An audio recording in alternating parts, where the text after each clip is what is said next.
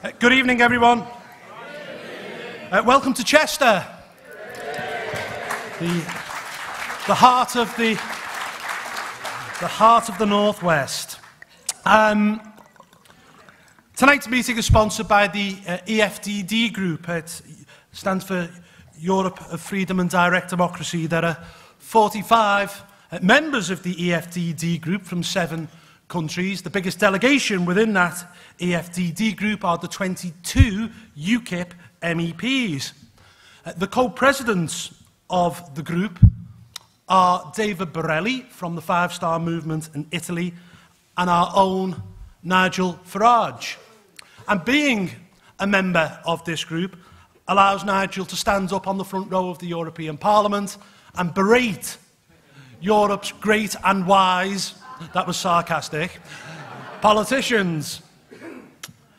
Speaking tonight alongside Nigel are our 2 Northwest MEPs, Louise Bours and Stephen Wolfe. And I don't think anyone can deny that we have a great team up here in the Northwest, and you're well served by your MEPs who are regulars on radio and TV and do the cause very proud indeed.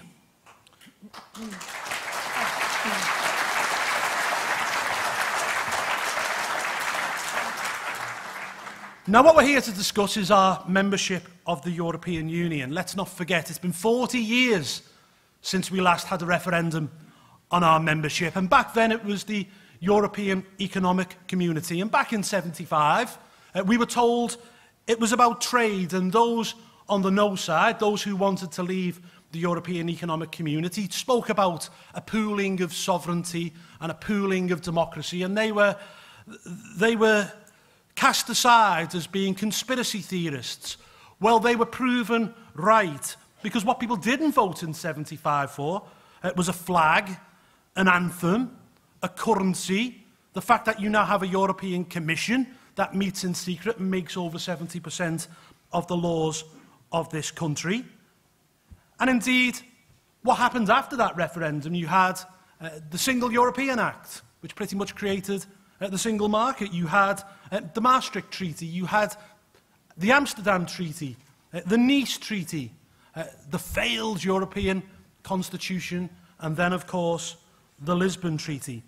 So those who wanted to leave in '75 and were described as conspiracy theorists were actually right. You were hoodwinked in 1975. We now have the opportunity, a once-in-a-generation opportunity, to right that wrong. Now, the first speaker, ladies and gentlemen, is a Northwest MEP. She's from Cheshire herself. She was elected in 2014 in those European elections when we became the first political party since 1906 to win a national election that wasn't the Conservative Party or the Labour Party. A great achievement indeed. She's a regular on television, has been on Question Time 3 times in the past year. I think the most memorable time was when she literally 2-footed Joey Barton, that useless footballer, by telling him that his brains were in his boots. She's here tonight to talk about the dangers that the Transatlantic Trade and Investment Partnership, better known as TTIP, and the dangers to our NHS. Ladies and gentlemen, Louise Bours, MEP.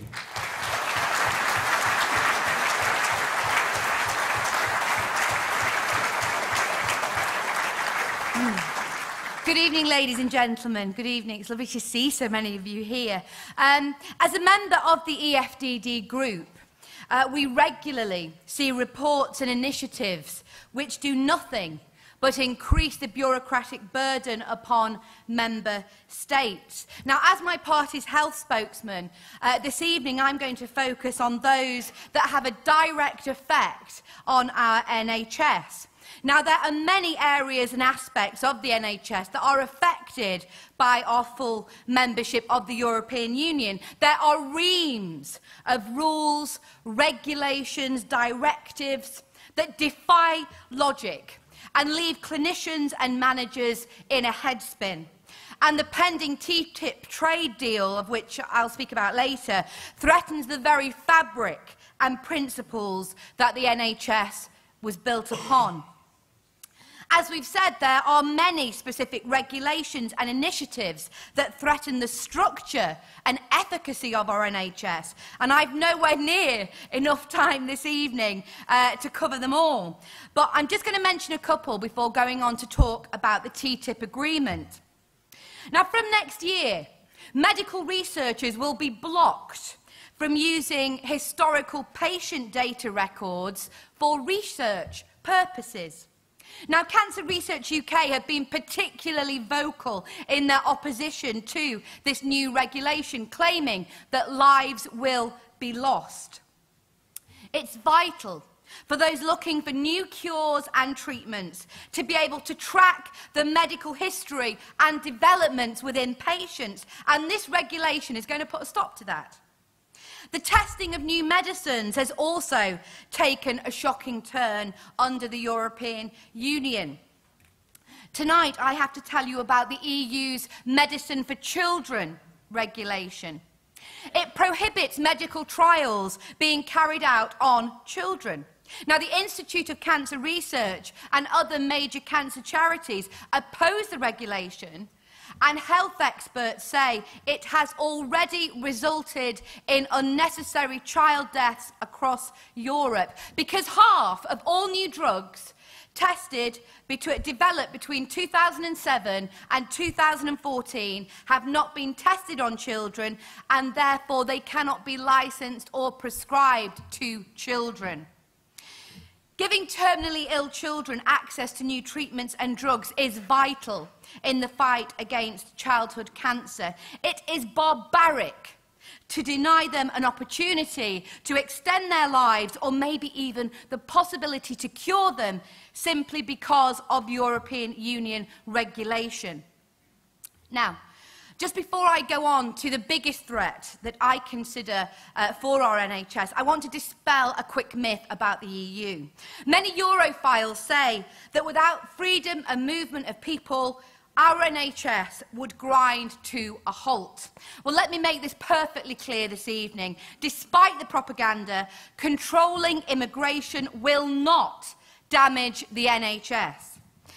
Whilst we have a system in this country where new nurses have to have a university degree, we will never be able to provide the numbers of nurses the NHS needs. We are simply not training enough. And it's not because there are too few people wanting to become nurses, it's because we refuse to accept that not all those entering the nursing profession need a university degree.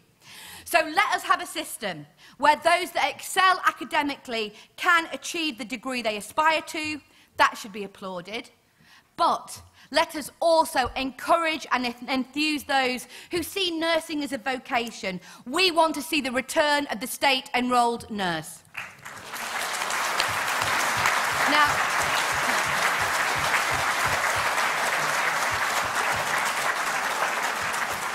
Now, all of the above that I've just spoken about are specific issues within the health service, how it delivers what we want it to deliver. But the biggest threat the EU poses to the NHS is TTIP, the Transatlantic Trade and Investment Partnership that Brussels wants to sign with the USA. It will not only change how services are delivered, but it will go further. It will change why services are delivered. It would take us from a health service motivated by delivering the best for patients to a health service motivated by delivering the best private profit. We have the most established healthcare system in the world, nearly 70 years old. America doesn't have one at all. And the confusing Obamacare is barely 70 days old. We should not be allowing other EU nations the current power they do to influence our health services, let alone investors from a country where someone has to sell their house in order to get life-saving treatment.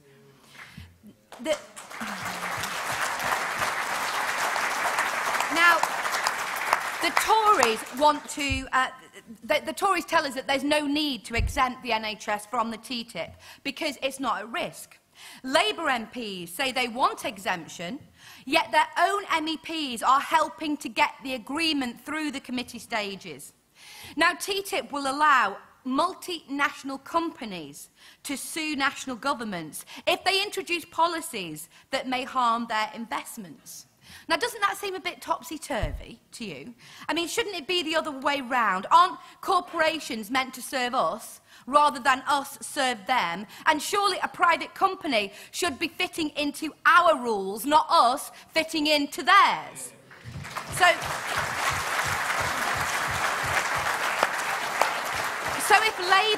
if Labour are serious about protecting the NHS, they should stop their MEPs helping the agreement go through. And I would say to David Cameron, if he's so sure that TTIP won't involve the NHS and affect the NHS, then why not introduce legislation to protect it? The legislation won't be needed as far as he's concerned, but I tell you what, it is needed as far as we're concerned, because, Mr Cameron, the public don't trust you. And why? Well, let me share with you, ladies and gentlemen, a little-known line from the EU. I found it in the EU document library, and it's from June of this year, in a document specifically about TTIP. And it says, "The EU reserves the right to adopt or maintain any measure with regard to the provision of all education, health, or social services which receive public funding or state support in any form." Mr Cameron, how do you get out of that? I mean, if you want people to believe that the Conservatives care about the British people and the NHS, he must advocate leaving the EU. The UK needs to be able to control its own NHS, full stop. So I'm angry. I can get passionate. I'm angry on behalf of the elderly people who have paid in all of their lives only to see the EU decimate the care available to them. I'm angry for the seriously ill that will suffer longer because of EU restrictions on research. I'm angry and upset for the children whose lives will be blighted by the EU rules against medicine trials. And I'm angry for every bit of interference from the EU into our NHS. So between now and the referendum, my job is to make sure the public know the hugely damaging effect the EU is having on our NHS and therefore on our health, and the massive dangers it faces if we stay within the EU. I will do everything to ensure the public know that we have to leave the EU if we really believe in our NHS. I believe in the NHS.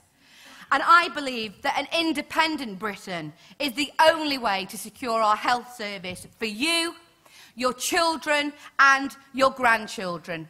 Thank you, ladies and gentlemen.